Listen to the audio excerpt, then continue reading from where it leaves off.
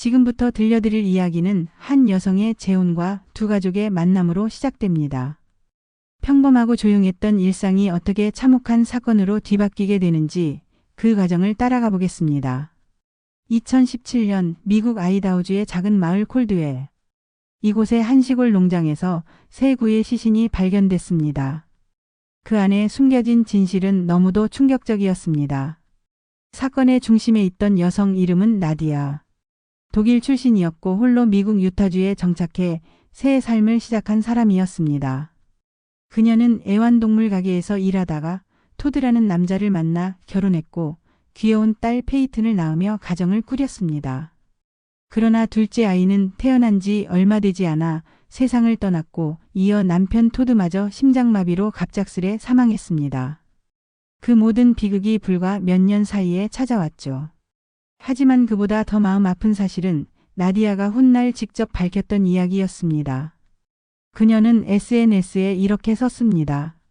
저는 제 계부에게 성적 학대를 당했고 남편에게는 정신적 신체적 폭력을 겪으며 살았습니다.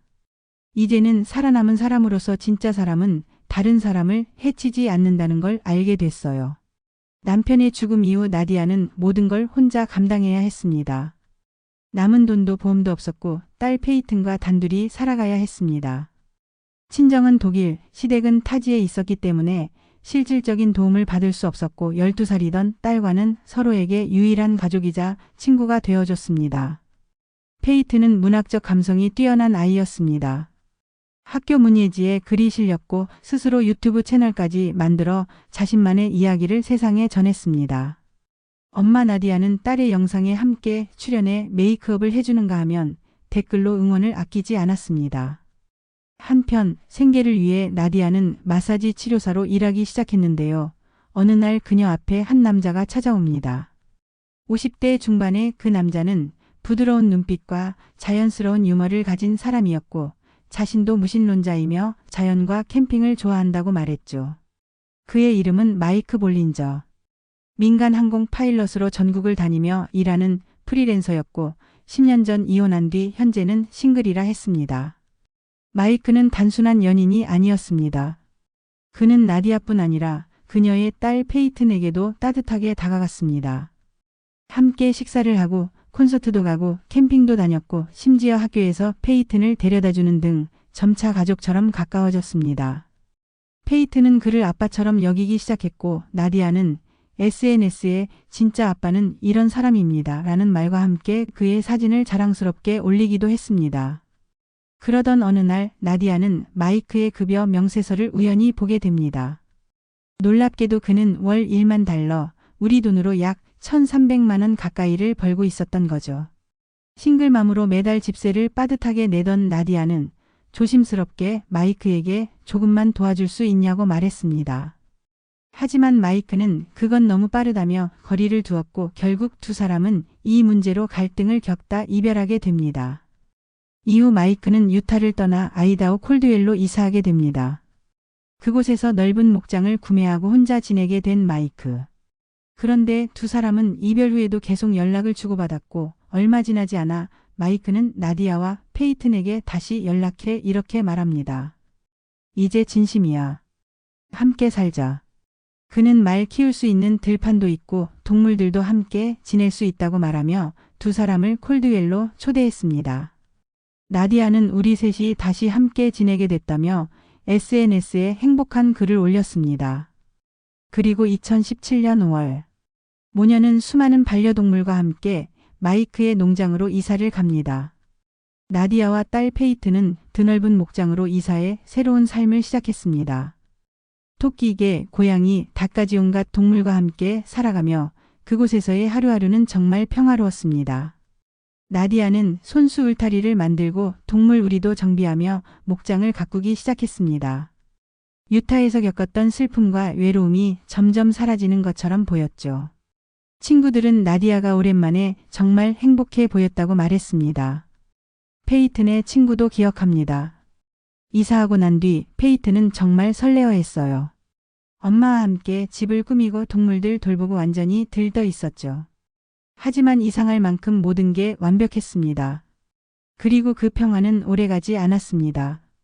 2017년 6월 9일. 마이크는 나디아에게 유타에 있는 말 2마리를 데려와 달라고 부탁했습니다. 나디아는 기꺼이 승낙했죠. 그런데 그녀는 약속 장소에 나타나지 않았습니다. 말 주인은 여러 차례 전화를 했지만 연락이 되지 않았고 나디아는 페이스북에도 아무런 글을 올리지 않았습니다. 지인들의 메시지에도 전혀 응답이 없었고 그로부터 며칠 뒤 마이크와도 연락이 끊겼습니다. 가장 가까운 친구였던 배선이는 평소 매일 연락하던 페이튼과 6월 8일을 마지막으로 대화가 끊겼다고 말했습니다. 결국 친구의 어머니가 아이다호 보안관 사무소에 복지 확인 요청을 하게 됩니다. 얘가 연락이 안 된 지 10일이 넘었어요. 무슨 일이 있는 것 같아요. 2017년 6월 19일. 경찰이 콜드웰의 그 목장에 도착합니다. 그 순간 현장에 들어서자마자 이들은 본능적으로 알았습니다. 무언가 끔찍한 일이 벌어졌다는 걸. 입구 근처부터 악취가 났고 창고 주변엔 파리떼가 들끓었습니다. 문을 열자 바닥엔 파란 방수포가 덮여 있었고 그 아래에는 총에 맞은 3구의 시신이 있었습니다. 모두 머리에 한 발씩. 정확하게 마치 처형하듯 쏜 흔적이었습니다. 게다가 한여름 무더위 속에서 이미 심하게 부패해 신원을 확인하기조차 쉽지 않았습니다. 하지만 충격은 거기서 끝나지 않았습니다. 그 창고 안에는 개 3마리도 머리에 총을 맞고 죽어 있었고 마당 곳곳엔 굶어 죽은 고양이, 닭 3가지. 그건 단순한 살인이 아니라 누군가가 고의적으로 완전히 모든 생명을 제거하려고 했던 흔적이었습니다. 며칠 후 부검 결과가 나왔습니다. 2구의 시신은 나디아와 페이튼으로 확인되었습니다. 그리고 3번째 시신. 그건 마이크가 아니었습니다. 그 시신의 주인공은 셰릴 베이커. 유타주에서 청각장애 아동들을 가르쳐온 선생님이자 32년간 학교에 헌신한 교육자였고 은퇴를 앞두고 있던 50대 여성이었습니다. 그럼 그녀가 왜 이곳에 있었을까? 그녀와 나디아, 페이튼은 어떤 관계였을까? 그녀는 마이크 볼린저의 진짜 아내였습니다. 그리고 나디아는 전혀 그 사실을 몰랐습니다. 셰릴 베이커. 그녀는 32년 동안 유타주에서 청각장애 아동을 가르친 교육자였습니다. 학생들에게 학용품과 옷을 사서 나눠주고 보조금도 자주 유치하며 누구보다 헌신적이었던 선생님이었죠. 그녀는 중년이 될 때까지 결혼하지 않았고 한 항공편에서 한 남자를 만나게 됩니다. 옆자리에 앉았던 그 남자와 공통점이 많았고 긴 비행 시간 내내 대화를 나눴죠. 그 사람이 바로 마이크 볼린저였습니다. 2 사람은 빠르게 가까워졌고 마이크는 그녀를 힌두 사원에 데려다주며 산스크리트어까지 배우는 정성을 보였습니다. 결국 2010년 둘은 결혼하게 됩니다. 하지만 마이크는 결혼 후에도 여전히 다른 여성들과 관계를 맺는 사람이었습니다. 그는 필요에 따라 자신의 모습을 바꾸는 데 능숙했죠. 셰릴에게는 힌두 사원 다니는 영적 남편으로, 나디아에게는 무신론자이자 자연을 사랑하는 캠핑 애호가로 완전히 다른 사람처럼 행동했습니다. 그는 그저 상대가 원하는 모습을 철저히 흉내내며 모든 걸 속여왔던 사람이었습니다. 나디아는 전혀 몰랐습니다. 마이크가 유부남이었다는 것도, 셰릴이라는 아내가 존재한다는 것도.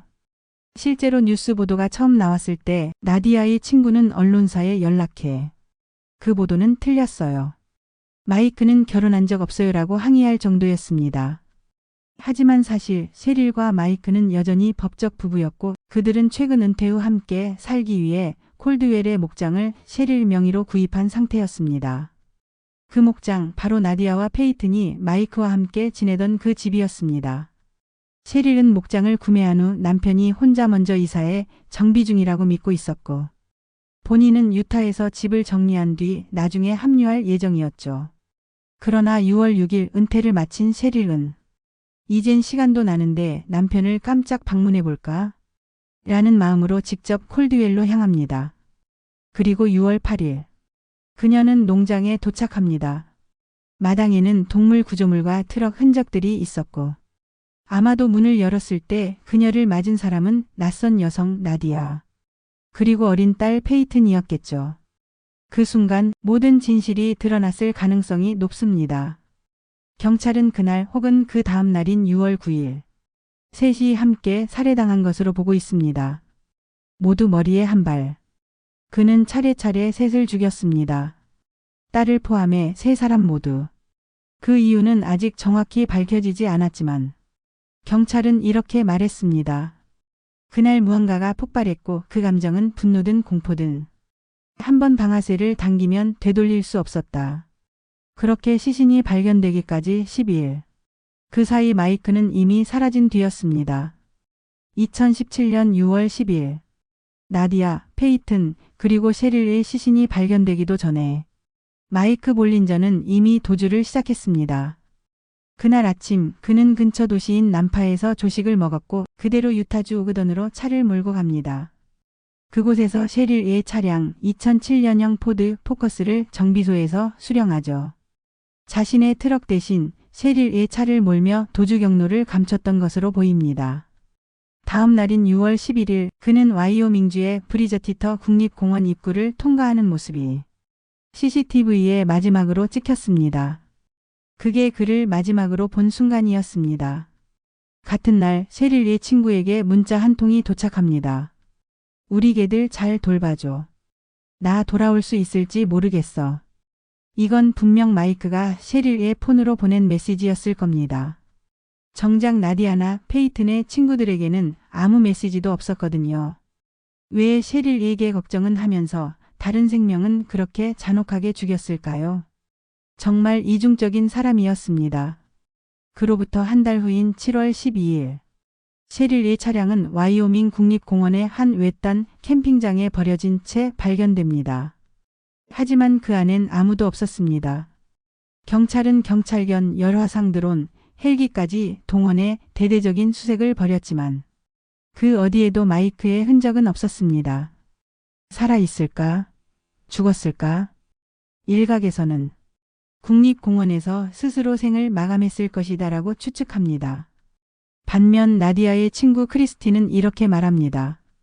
그 사람은 자존심이 너무 센 사람이에요. 자기가 그런 선택을 할 수 있는 성격은 아니에요. 또 다른 친구는 말합니다. 사이코패스는 죄책감을 느끼지 않아요. 그가 스스로 목숨을 끊을 가능성은 낮아요.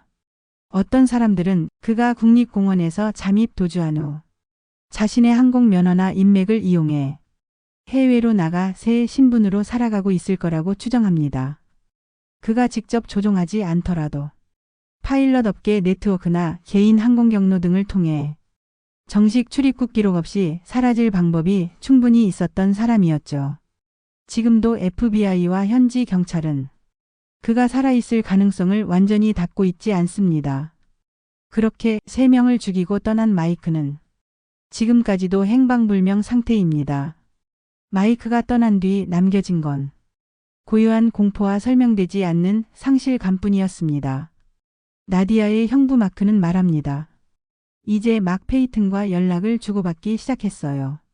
조금씩 가까워지고 있었고요. 그런데 이렇게 갑자기 받아들이기 힘듭니다. 그는 나디아와 조카의 유품을 정리하기 위해 직접 아이다호의 그 집에 들어갔습니다. 그 감정은 분노, 슬픔, 좌절이 모두 뒤섞인 복잡한 것이었습니다. 페이튼의 친구 시드니는 이렇게 말합니다. 페이튼을 잃는 건 단순한 친구를 잃는 게 아니었어요. 제 일부가 사라진 것 같았어요. 그녀의 목소리가 계속 귀에 맴돌아요. 나디아의 친구 미셸은 말했습니다. 답이 있다고 해서 상황이 나아지는 건 아니겠지만 왜 그랬는지는 알고 싶어요. 왜 그냥 떠나지 않았을까? 왜 굳이 그들을 죽였을까? 세릴의 친구 낸시 역시 말했습니다.